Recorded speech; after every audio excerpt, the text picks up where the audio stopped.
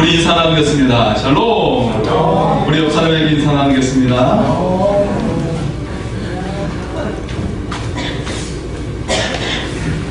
네, 여러분과 함께 나누고 싶은 하나님의 말씀이 있습니다. 데살로니가전서 5장 16절에서 18절의 말씀입니다.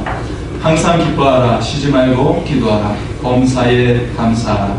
이것이 그리스도 예수 안에서 너희를 향하신 하나님의 뜻이니라. 할렐루야. 우리 항상 기뻐하고 쉬지 말고 기도하고 범사에 감사함으로 하나님의 은혜와 영광이 여러분의 삶 가운데 항상 있기를 소원합니다. 아멘. 여러분, 이제 12월, 우리가 12월 달을 보내고 있습니다. 이 12월 달을 잘 보내므로 새해 하나님의 강력한 은혜가 임하는 여러분의 삶이 될 수 있기를 소원합니다.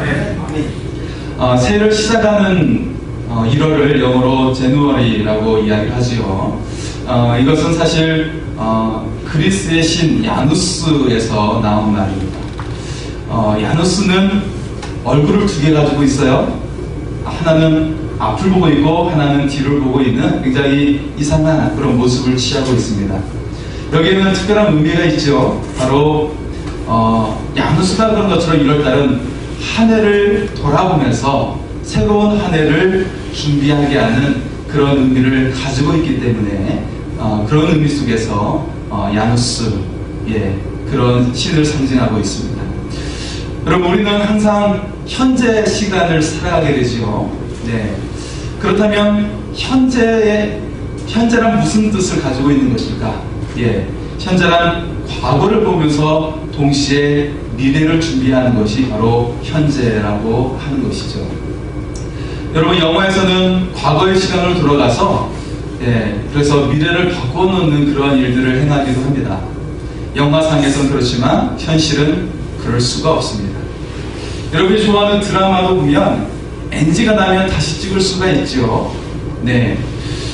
그러나 우리 인생은 NG가 나더라도 대가를 치르면서 계속 가야 하는 것이 우리의 인생인 것을 알 수가 있습니다. 시간을 아끼라는 말이 있지만 절대로 시간을 아낄 수가 없습니다. 시간은 그냥 흘러가는 거예요. 시간은 그냥 가게 되어 있는 것이죠. 절대로 아낄 수가 없습니다. 여러분의 인생은 지금 어디쯤 가고 있습니까? 지금 전반전에 있습니까? 아니면 후반전에 있습니까? 여러분의 인생은 어디쯤에 가고 계십니까? 네. 여러분, 인생의 스코어는 전반전보다 후반전이 더 중요하다는 것을 기억하시기 바랍니다. 전반전에 우리가 인생을 잘 모르기 때문에 여러 가지 다양한 것들을 선택하면서 거기에 정말 우리의 시간을 다 쏟아붓는 것을 볼 수가 있어요. 네.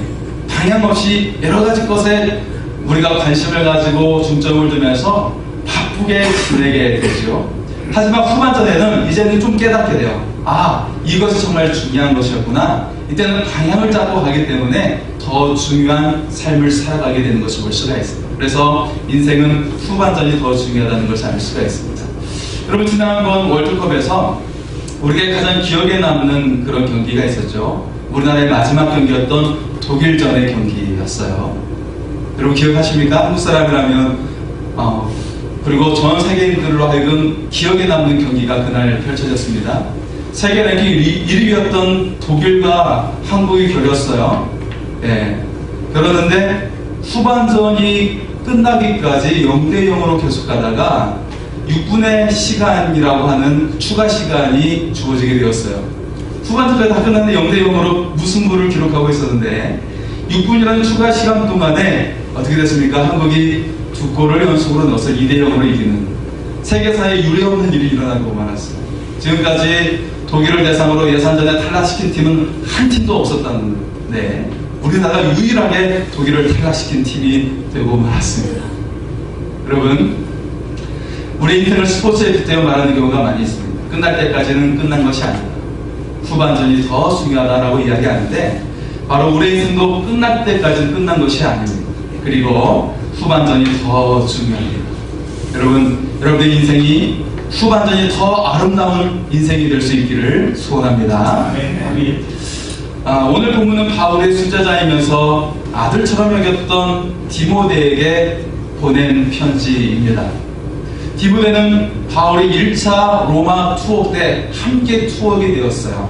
그러다가 풀려나게 되는데 그때 디모데는 에베소를 담당하는 목회자가 되었습니다. 이 큰 교회를 감당하는 디모데를 향해서 노년에 바울은 사랑하는 이 아들 같은 디모데에게 애정을 담아가지고 편지를 보내고 있는 거예요.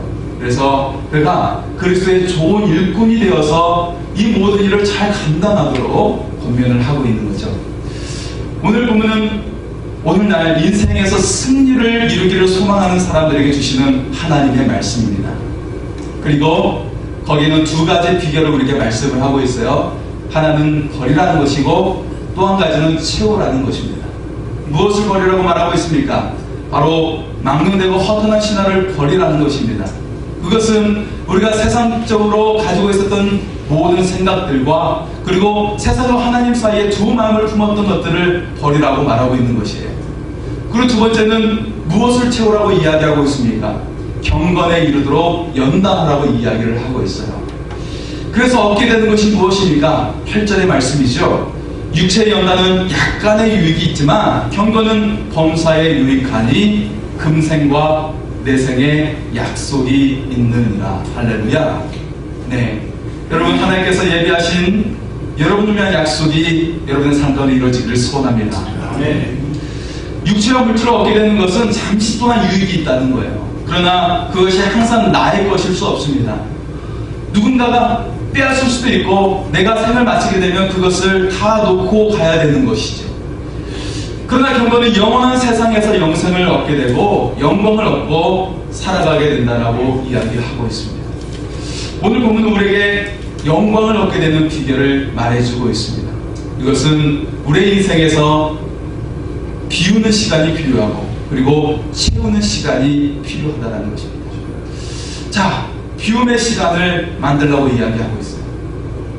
망령되고 허탄한 신화 같은 그런 삶을 비워야 하는 것입니다.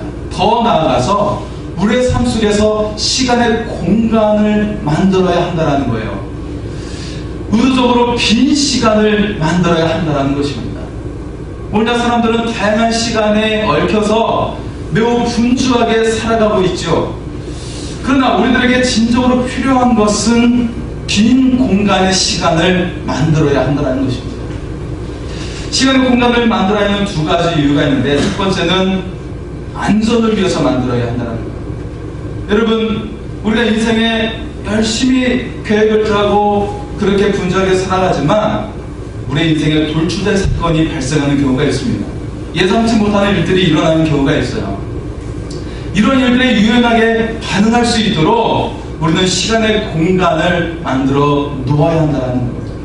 좀 더 여유롭게 그런 시간의 틀을 짜서 그 구조는 우리가 만들더라도 좀 더 여유롭게 해 나가야 된다고 이야기하는 것입니다. 여러분, 예로서 우리가 건물에서 엘리베이터를 타게 되는데 엘리베이터가 10인승인 경우는 그 엘리베이터가 감당할 수 있는 무게는 15명 이상을 감당할 수 있다고 합니다. 그렇게 만들어졌는데 안전을 위해서 그렇게 여유를 두고 공간을 만들어 놓는다는 것이죠. 그렇게 우리의 인생에서도 안전을 위해서 시간의 공간을 만들어 놓아야 한다는 것입니다. 두 번째는 예상치 못한 축복의 통로를 위해서 만들어야 한다는 거예요. 우리 인생에는 뜻밖의 사건이나 사람들이 들어올 때가 있습니다. 그런데 이런 뜻밖의 사건이나 사람들이 예상치 못한 축복의 통로가 된다는 것이에요.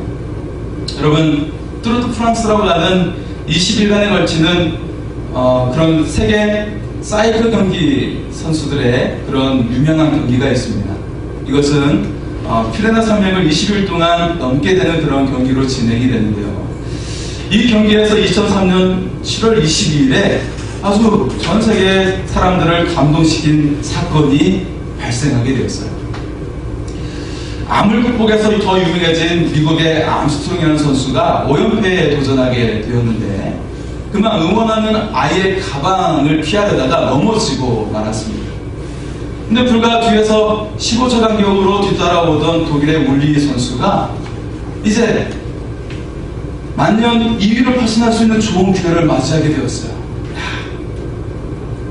이제 내가 1등을 할 수 있다. 계속 2등을 하고 있었는데 이제 1등 할 수 있는 좋은 기회를 맞이하게 되었어요. 그런데 이 독일의 울리 선수가 거기에서 멈추게 됩니다. 멈추고 앞에 있는 암스트롱이 일어날 때까지 멈추게 됩니다. 그리고 그가 출발한 다음에 뒤이어서 출발을 하게 됩니다. 사람들은 엄청난 박수갈채를 보내게 되었어요.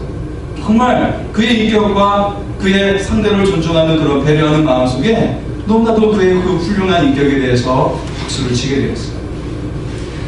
그냥 단순히 똑같은 경기로 끝날 뻔했던 그 경기를 한 울리의 아름다운 그런 멈춤으로 인해서 수많은 사람들에게 감동을 안겨다 주게 되었다는 것이에요.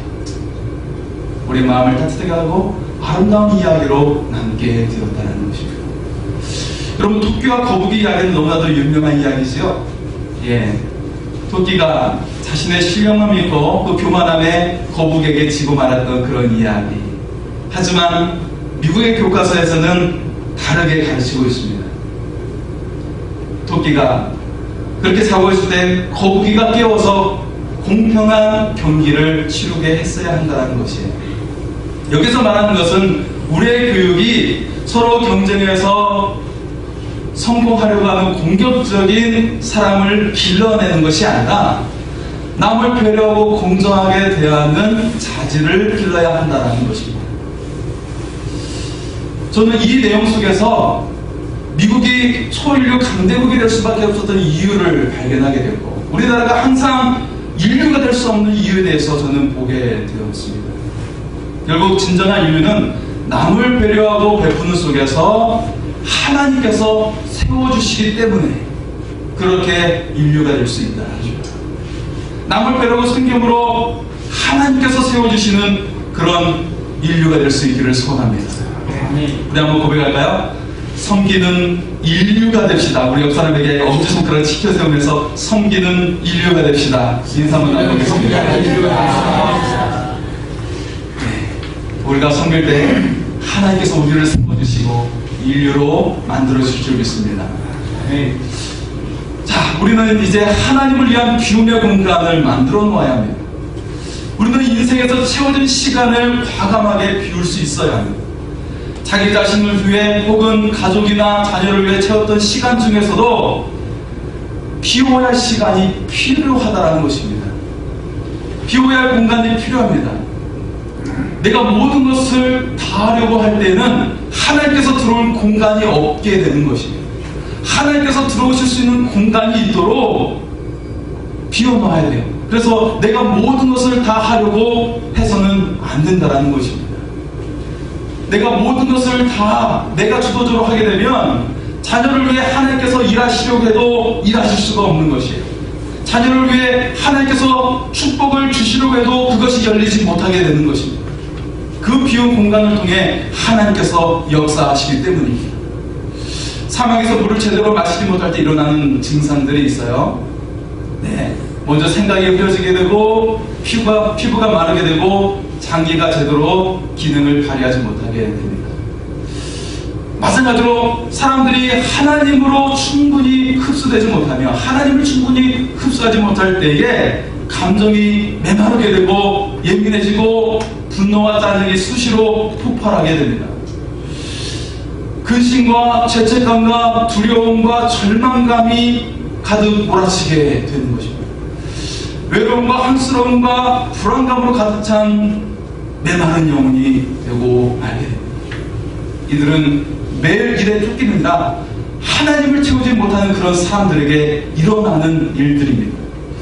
따라서 매일의 시간 속에 우리는 하나님을 충분히 빨아들여야 합니다. 하나님은 우리를 만났을 때 그렇게 만들어 놓으셨기 때문에 그렇습니다.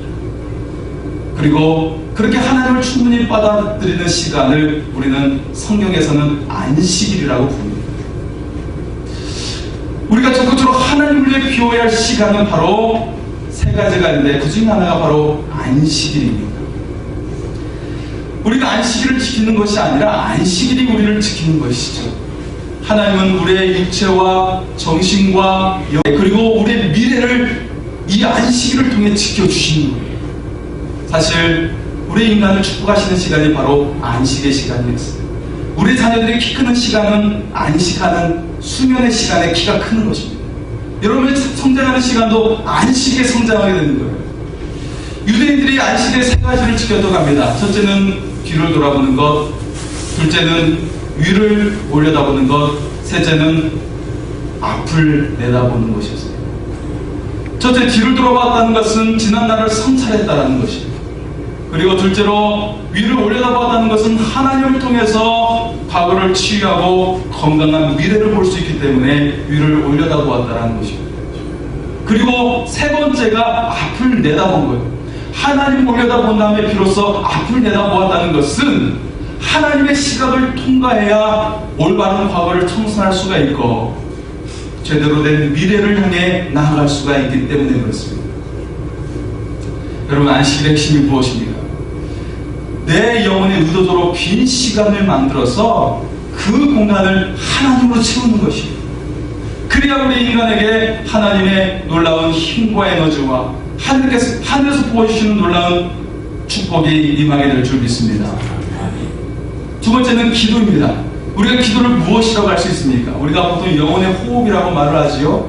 예, 기도가 없이는 우리가 영혼이 살아갈 수가 없다는 것입니다. 하지만 무엇보다도 기도는 하나님과의 대화라는 것입니다. 여러분, 대화의 방법을 알기 때문에 대화하는 것이 아니라 사랑하기 때문에 대화하는 것입니다.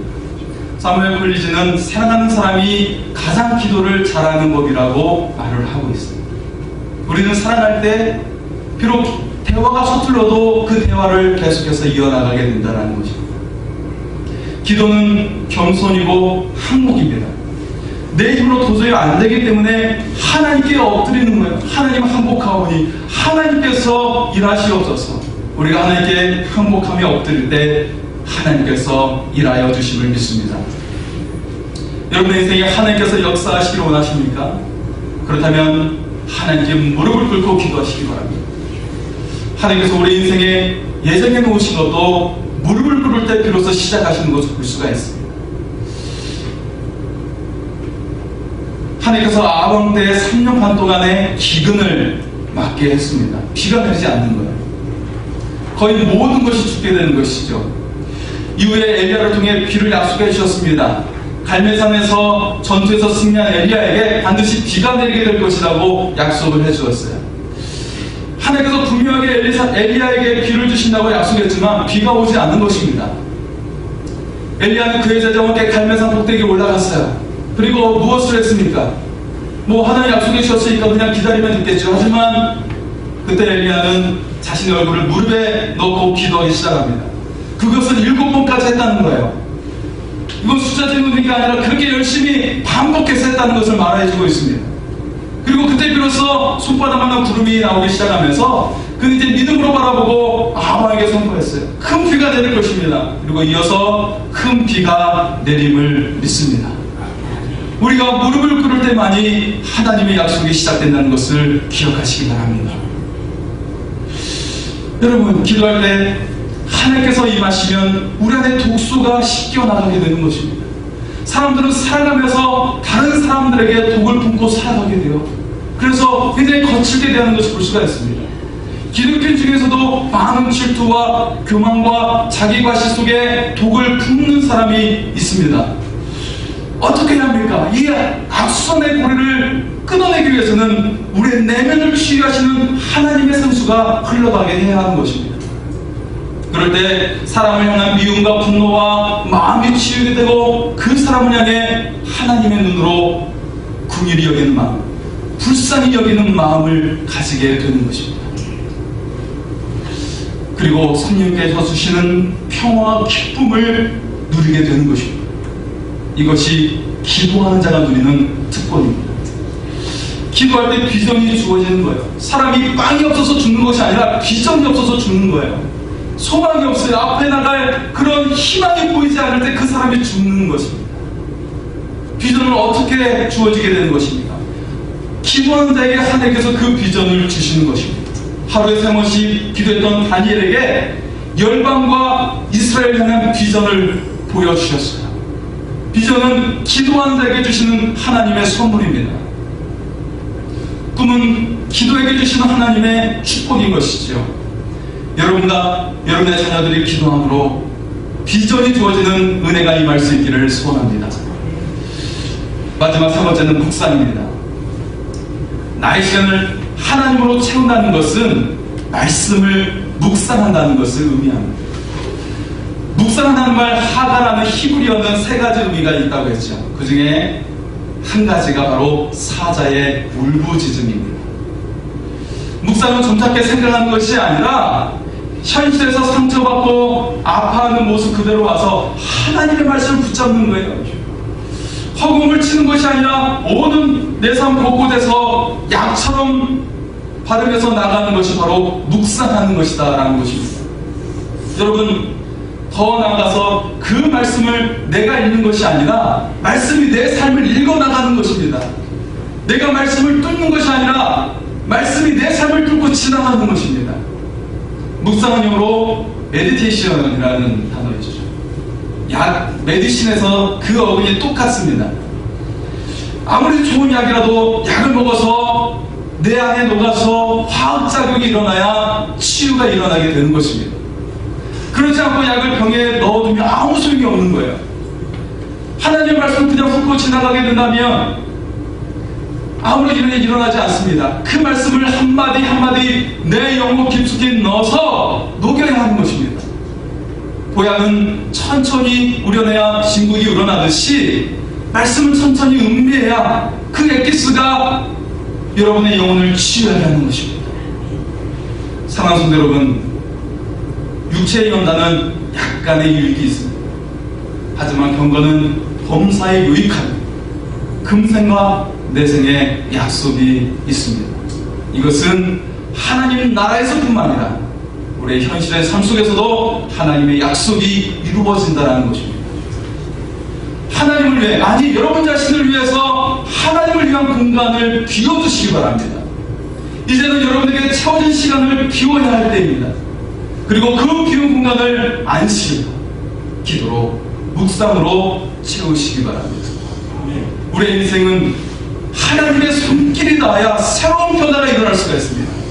하나님의 손길이 닿아야 하늘문이 열리는 축복이 임하게 되는 것입니다.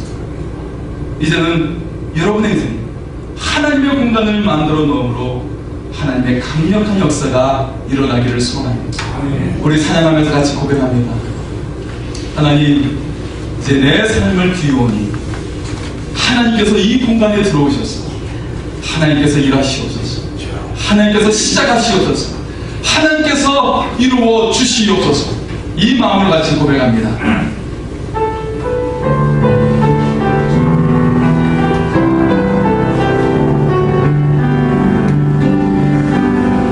내가 주인 삼은 모든 건 내려놓고 내 주 대신 주 앞에 나가 내가 사랑했던 모든 건 내려놓고 주님만 사 내가 주인